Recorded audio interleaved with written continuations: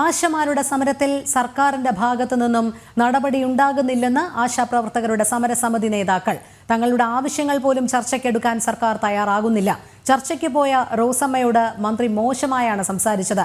ഇത് ലേലം വിളിയല്ല എന്നായിരുന്നു മന്ത്രിയുടെ പ്രതികരണം. സർക്കാരിന്റേത് പ്രതികാര നടപടിയാണെന്നും എന്നാൽ സമരവുമായി മുന്നോട്ടു പോകുമെന്നും സമരസമിതി നേതാക്കൾ പറഞ്ഞു.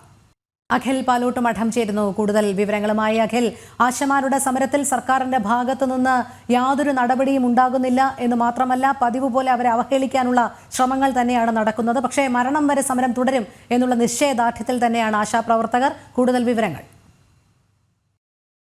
രോഹിണി, 49 ദിവസമാണ് ഈ അമ്മമാർ ഈ സെക്രട്ടേറിയറ്റ് മുമ്പിലെ മഴയും വെയിലും ചൂടും കാറ്റുമെല്ലാം ഏറ്റ സ്വന്തം ജീവിതത്തിനു വേണ്ടി അല്ലെങ്കിൽ ജീവനോപാധികൾക്ക് വേണ്ടി ഈ സർക്കാരിന് മുമ്പിൽ സമരം ചെയ്യുന്ന കാഴ്ച ഈ കേരളത്തിന്റെ പൊതുസമൂഹം കണ്ടത്. ആ സമരത്തിനിടയിൽ 2 തവണ മാത്രമാണ് ഈ ആശാ വർക്കർമാരെ ചർച്ചയ്ക്ക് വേണ്ടി സർക്കാർ പ്രതിനിധികൾ, മന്ത്രി തലത്തിലുള്ള സർക്കാർ പ്രതിനിധികൾ ക്ഷണിച്ചിട്ടുള്ളത്. ആ ചർച്ചയ്ക്ക് പോകുമ്പോൾ പോലും ആ ചർച്ചയ്ക്ക് എത്തുന്ന സമരസമിതിയുടെ നേതാക്കളെ പോലും പരിഹസിക്കുന്ന തരത്തിലായിരുന്നു മന്ത്രിമാരുടെ പ്രതികരണം ഉണ്ടായത്. അല്പസമയം മുമ്പാണ് ഇവിടെ ഒരു വാർത്താ സമ്മേളനം നടത്തി ആശാ വർക്കർമാർ ഇവിടെ സമരം മുന്നോട്ട് കൊണ്ടുപോകും. ആ സമരത്തിന്റെ ഭാഗമായി 50-ാം ദിവസം തികയുന്ന തിങ്കളാഴ്ച ഒരു സ്ത്രീയെ സംബന്ധിച്ചിടത്തോളം ഏറ്റവും അവർ ചേർത്തു പിടിക്കുന്നതാണ് അവരുടെ തലമുടി. അവർ അഴകായി കൊണ്ടു നടക്കുന്നതാണ്. ആ സ്ത്രീത്വത്തിന്റെ പ്രതീകമായ തലമുടി പോലും മുറിച്ചുകൊണ്ട് സമരം നടത്തുമെന്ന പ്രഖ്യാപനം ഈ അമ്മമാർ നടത്തുന്ന ഒരു സാഹചര്യം ഉണ്ടാകുന്നു. ചർച്ചയ്ക്ക് പോയ ചില ആശാപ്രവർത്തക നേതൃത്വത്തെ പരിഹസിക്കുന്ന തരത്തിലേക്ക് പോലും ഈ സർക്കാർ പോകുന്നുണ്ടായിരുന്നു. കഴിഞ്ഞ ഫെബ്രുവരി മാസത്തെ ഇൻസെന്റീവും ഓണറിയും ഒന്നും നൽകാതെയുള്ള ഒരു പ്രതികാര നടപടിയിലേക്ക് സർക്കാർ നീങ്ങുന്ന കാഴ്ചയുണ്ടായിരുന്നു. ഇപ്പോൾ എൻ്റെ അരികിലിരിക്കുന്ന ഈ റോസമ്മ എന്ന് പറയുന്ന അമ്മയാണ് കഴിഞ്ഞ 2ാം തവണ ചർച്ചയ്ക്കായി മന്ത്രിയുടെ അരികിലേക്ക് എത്തുന്നത്. അതിനോടൊപ്പം സമരസമിതിയിലെ മറ്റു നേതാക്കളും ഉണ്ടായിരുന്നു. ആ സമരസമിതിയിലേക്ക് മന്ത്രിയുടെ അരികിലേക്ക് ചർച്ചയ്ക്കായി പോകുന്ന സമയത്താണ് ഇവർ ആവശ്യപ്പെടുന്ന ഒരു സമരമാകുന്ന സമയത്ത് നിരവധിയായ ഡിമാൻഡുകൾ സമരക്കാർ മുന്നോട്ട് വയ്ക്കുന്ന സാഹചര്യം കേരളത്തിൽ ഇതിനു മുമ്പും ഉണ്ടായിട്ടുണ്ട്. പക്ഷേ പല ഭാഗങ്ങളുമൊക്കെ തന്നെ ആ സമരത്തിൻ്റെ അപ്പുറത്ത് സൈഡിൽ നിൽക്കുന്നത്, അത് സർക്കാരായാലും മാനേജ്മെൻ്റ് ആയാലും ഒക്കെ അംഗീകരിച്ചാണ് ഒരു സമരത്തിന് ഒത്തുതീർപ്പുണ്ടാകുന്നത്. അങ്ങനെയാണ് ഒരു സമരം അവസാനിക്കുന്നത്. പക്ഷേ ഇവരെ ഏറ്റവും മാന്യമായി ആവശ്യപ്പെടുന്ന സ്വന്തം കൂലിയാണ് നൽകുന്നത്. എത്ര നൽകുമെന്ന് ചോദിക്കുമ്പോൾ അതിനൊരു മന്ത്രി മറുപടി പറയാതെ ഈ സമരത്തിന് പോയ റോസമ്മയെ പരിഹസിക്കുന്ന ഒരു സാഹചര്യം ഉണ്ടായിരുന്നു. അത് എങ്ങനെയായിരുന്നു എന്ന് അമ്മയോട് തന്നെ നമുക്ക് ചോദിക്കാം. അമ്മ, ഇപ്പോൾ ലേലം വിളിക്കുകയാണോ ഈ ചർച്ചയ്ക്ക് വന്നിട്ട് ചെയ്യുന്നതെന്നായിരുന്നു മന്ത്രി ചോദിച്ചത്. ഇത്രയും ക്രൂരമായി പറയാൻ ഈ മന്ത്രിക്ക് എങ്ങനെയാണ് കഴിയുന്നത്? ആ അവസ്ഥയിൽ ഞങ്ങൾ പിറ്റേന്ന് നിരാഹാര സമരം നമ്മൾ പ്രഖ്യാപിച്ചിരിക്കുകയാണ്. അപ്പോഴത്തേക്കും ഞങ്ങൾക്ക് കഴിവതും നിരാഹാര സമരം ഒഴിവാക്കുക എന്നുള്ളതായിരുന്നു നമ്മുടെ ലക്ഷ്യം. ആ അവസരത്തിൽ ഞങ്ങൾ ചർച്ചയ്ക്ക് വിളിച്ചു. ഞങ്ങൾ ചർച്ച മുന്നോട്ട് പോയി.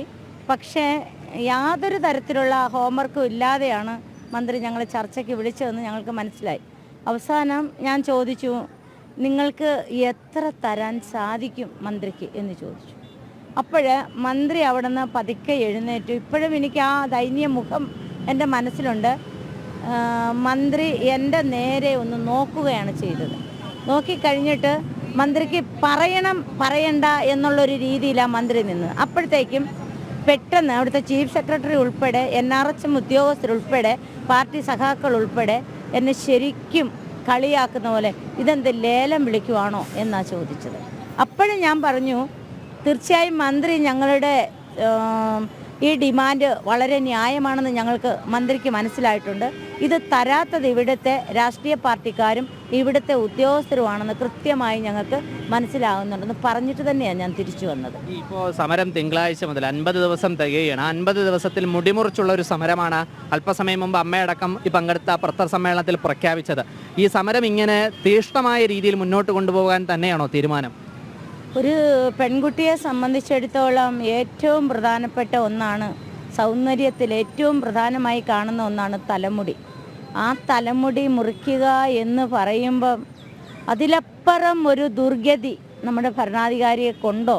തീർച്ചയായും അതിന് അനുവദിക്കത്തില്ല. ഈ പൊതുസമൂഹം അതിന് അനുവദിക്കത്തില്ല. ബഹുമാന്യനായ മുഖ്യമന്ത്രി ഇന്നോ നാളെയോ കൃത്യമായി ഇതിൽ ഇടപെടും. ഞങ്ങളുടെ ഈ കേരളീയ സ്ത്രീകളുടെ ഏറ്റവും കൃത്യമായി കൊണ്ടു നടക്കുന്ന ഈ മുടി മുറിക്കാൻ ഒരിക്കലും നമ്മുടെ മുഖ്യമന്ത്രിക്ക് കഴിയില്ല. മുഖ്യമന്ത്രി വരും. മുഖ്യമന്ത്രി തീർച്ചയായും ഞങ്ങളുടെ ഡിമാൻഡുകൾ അംഗീകരിക്കും. കേരളത്തിലെ മുഖ്യമന്ത്രിക്ക്, ഒരു തൊഴിലാളി മുഖ്യമന്ത്രിക്ക് അതിനൊരിക്കലും കഴിയില്ല. ഞങ്ങൾ തീർച്ചയായിട്ടും ആ വരവ് കാത്തിരിക്കുകയാണ്. ഞങ്ങൾ വളരെയേറെ പ്രതീക്ഷയോടെയാണ് ഇരിക്കുന്നത്. അതിന് വിഘ്നം സംഭവിച്ചാൽ മുടിയല്ല തലയാണേലും ഞങ്ങൾ മുറിച്ചിട്ടേ ഇവിടുന്ന് പോകുള്ളൂ. ഞങ്ങളുടെ സ്വയം തല മുറിക്കേണ്ട ഗതികേടിലേക്ക് പോകും. അതേ പറയാനുള്ളൂ. രോഹിണി, ഇപ്പോൾ ഈ അമ്മ പറഞ്ഞ വാക്കുകളിൽ ഒരു സ്ത്രീയുടെ ഏറ്റവും ശക്തമായ പ്രതികരണമുണ്ട്. ഒരു സ്ത്രീയെ സംബന്ധിച്ചിടത്തോളം പോരാട്ടത്തിനിറങ്ങുമ്പോൾ നമ്മൾ ഈ നാട്ടിൽ നിരവധിയായ സ്ത്രീ സമരങ്ങളെ എല്ലാം തന്നെ കണ്ടവരാണ് നമ്മുടെ കേരളത്തിൻ്റെ പൊതുസമൂഹം. ഇപ്പോഴും ബഹുമാനത്തോടു കൂടി തന്നെയാണ് ആശാവർക്കർമാർ പറയുന്നത്. ഇവിടെ നമുക്ക് ദൃശ്യങ്ങളിൽ കാണുന്നത് പോലെ തന്നെ കൊടും ചൂടത്ത് ടാർപ്പോളത്തിൻ്റെ അടിയിലാണ് ഈ അമ്മമാർ ഇപ്പോഴും ഇവിടെ ഇരിക്കുന്നത്. വേർത്തൊലിച്ച ചൂട് സഹിക്കാൻ സാധിക്കാത്ത തരത്തിൽ നമ്മുടെ എത്രമാത്രമുണ്ടോ ഈ ചൂട്, ആ ചൂടെല്ലാം സഹിച്ചാണ് ഈ ഭരണശിലാ കേന്ദ്രത്തിന് മുമ്പിൽ ഈ അമ്മമാർ ഇരിക്കുന്ന കാഴ്ച നമുക്ക് കാണാൻ സാധിക്കുന്നത്. അവർ കയ്യിൽ കിട്ടുന്ന പേപ്പർ എടുത്ത് വീശിയും നിരാഹാരം കിടക്കുന്ന സഹപ്രവർത്തകരെ ആശ്വസിപ്പിച്ചുമെല്ലാം അവർ തീക്ഷ്ണമായ സമരവുമായി മുന്നോട്ട് പോകുന്ന കാഴ്ച നമുക്ക് എന്തായാലും ഇവിടെ കാണാൻ സാധിക്കുന്നുണ്ട്. നേരത്തെ അമ്മ സൂചിപ്പിച്ചതുപോലെ തന്നെ ഏറ്റവും ശക്തമായ രീതിയിൽ സമരം മുന്നോട്ട് കൊണ്ടുപോകാൻ തന്നെയാണ് ആശാവർക്കർമാർ ശ്രമിക്കുന്നത്. ഇതിനിടയിലാണ് സർക്കാരിൻ്റെ പ്രതികാര നടപടികൾ ഉണ്ടാകുന്നത്.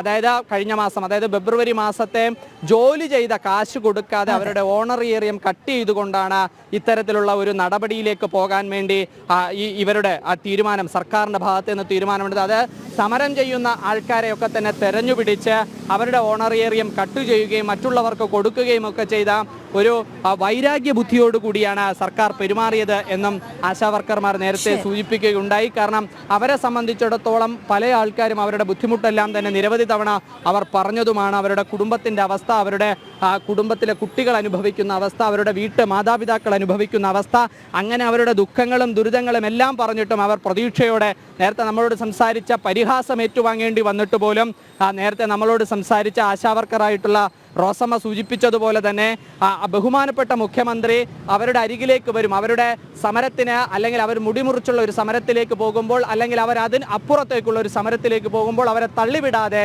മുഖ്യമന്ത്രി അവരെ അരികിലേക്ക് ചർച്ചയ്ക്ക് എത്തുമെന്ന പ്രതീക്ഷയിൽ തന്നെയാണ് അഖിൽ അവരും പറയുന്നത്. അതായത് ഏതറ്റം വരെയും മുന്നോട്ട് തന്നെ, സമരവുമായി മുന്നോട്ട് തന്നെ, അത് ഉറച്ച നിലപാട് തന്നെ എന്ന് തന്നെയാണ് ആശാവർക്കർമാർ പറയുന്നത്. അഖിൽ പാലോട്ട് മഠമാണ് വിവരങ്ങൾ നൽകിയത്.